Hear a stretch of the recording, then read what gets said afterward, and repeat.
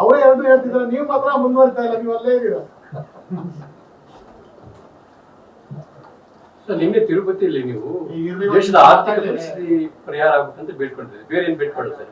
ಅಲ್ಲಪ್ಪ, ಈಗ ನೋಡ್ರಿ, ಮಾಂಗಲ್ಯ ನಮ್ಮ ಧರ್ಮದ ಒಂದು ದೊಡ್ಡ ಸಂಕೇತ, ಒಂದು ಬಾಂಧವ್ಯ.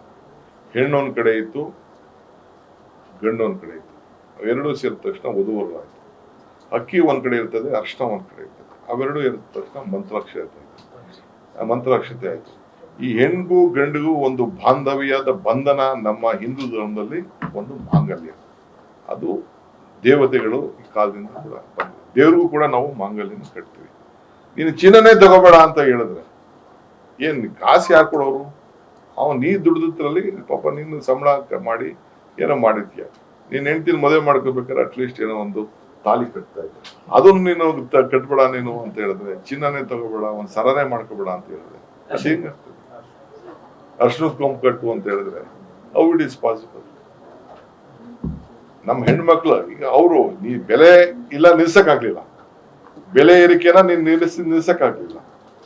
ಈಗ ನೀವೇನು ಎಣ್ಣೆ, ಅಡಿಗೆ ಎಣ್ಣೆನೂ ಕಡಿಮೆ ಉಪಯೋಗಿಸಿ ಅಂತ ಇದ್ದಾರೆ, ಪೆಟ್ರೋಲ್ ಕಡಿಮೆ ಉಪಯೋಗಿಸಿ, ಡೀಸೆಲ್ ಕಡಿಮೆ, ಇವ್ರೇನೋ ಒಂದೇನೋ ಮಾಡ್ತಾರೆ. ಆಯ್ತಾ, ಒಂದಿನ 2 ದಿನ ಓಡಾಡ್ತಿದ್ರೆ, ಈಗ ದಿನ ಓಡಾಡ್ತಾರೆ ಅಂದ್ರೆ ಸೋಮಣ್ಣ ಆಗ್ಲಿ, ಮಂತ್ರಿಗಳಾಗ್ಲಿ, ಬೇರೆಯವರಾಗ್ಲಿ ಎಲ್ಲ ಬಿಟ್ಬಿಟ್ಟು ಮೆಟ್ರೋಲ್ ಓಡ್ತಾ ಇದಾರೆ.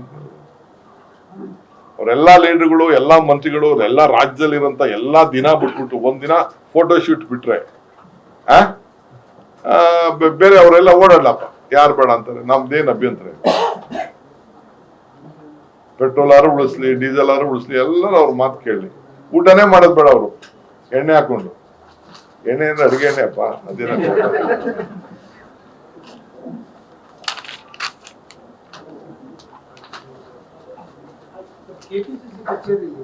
ಆಮೇಲೆ ಫಾರಿನ್ ಟೂರ್ ಬೇರೆ ಮಾಡ್ಬೇಡ ಅಂತ ಹೇಳಿದ್ರೆ, ಫಾರಿನ್ ಟೂರ್ ಬೇರೆ ಮಾಡ್ಬೇಡ ಅಂತ. ಮಿನಿಸ್ಟರ್ ದೇಶಕ್ಕೆ ಹೋಗ್ಬೇಕಾಗ್ತದೆ. ನಾನು ಪ್ರೈಮ್ ಮಿನಿಸ್ಟರ್ ಬಗ್ಗೆ ನಾನು ಕ್ವಶನ್ ಮಾಡಲ್ಲ, ಜನರಿಗೆ ಹೇಳೋರೆ, ನೀವು ಮದುವೆ ಹೊರಗಡೆ ಹೋಗಿ ಮದುವೆ ಮಾಡಬೇಡಿ ಅಂತ ಹೇಳೋರೆ. ಇಲ್ಲೇ ಮಾಡ್ಕೊಳ್ಳಿ ಅಂದ್ರೆ ಫಾರಿನ್ ಎಕ್ಸ್ಚೇಂಜ್ ತಪ್ತದೆ ಅಂತಾನೋ, ಇಲ್ಲ ಖರ್ಚು ಜಾಸ್ತಿ ಆಯ್ತದೆ ಅಂತ. ಯಾರ ಹತ್ರ ಎಷ್ಟು ದುಡ್ಡಿದೆ ಅಂತ ಅವ್ರಿಗೆ ಗೊತ್ತಿದೆ, ನಮ್ಗೇನ್ ಗೊತ್ತಿಲ್ಲ.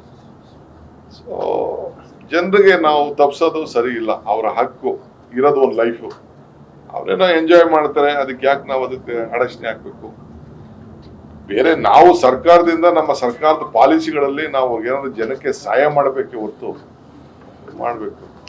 ಹಿಂದೆ ಒಂದೇ ಮಗು ಸಾಕು ಅಂತಿದ್ರು, ಒಂದೇ ಮಗು ಇದ್ದವ್ರಿಗೆಲ್ಲ ಪೆನ್ಷನ್, ಇದು ಕೆಲಸ ಕೊಡ್ತೀವಿ, ಅದು ಕೊಡ್ತೀವಿ ಅಂತೆಲ್ಲ ಇತ್ತು. ಪಾಪ್ಯುಲೇಷನ್ ಈಗ ನಮ್ಮ ಇವರು ಚಂದ್ರಬಾಬು ನಾಯ್ಡು 3-4 ಮಾಡ್ಕೊಂಡವ್ರಿಗೆ 30,000 40,000 ಅಂತ ಬೇರೆ ಹೇಳ್ತಾರೆ.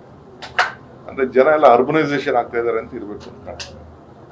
ಕುಮಾರಸ್ವಾಮಿ ಅವರು ನೆಕ್ಸ್ಟ್ ನಮ್ಮದೇ ಸರ್ಕಾರವನ್ನು ಕಾನ್ಫಿಡೆನ್ಸ್ ಮಾತಾಡ್ತಾರೆ ಬಿಡಪ್ಪ, ಅವ್ರಿಗೆ ಜಸ್ಟ್ ಯಾವ ಗಲಾಟೆ ಎಲ್ಲ ಏನಿಲ್ಲ, ಗಲಾಟೆ ಪಲಾಟೆನೆಲ್ಲ ಕಿತ್ ಬಿಸಾಕ್ತೀನಿ ಅಷ್ಟೇ. ನೋಡಿ,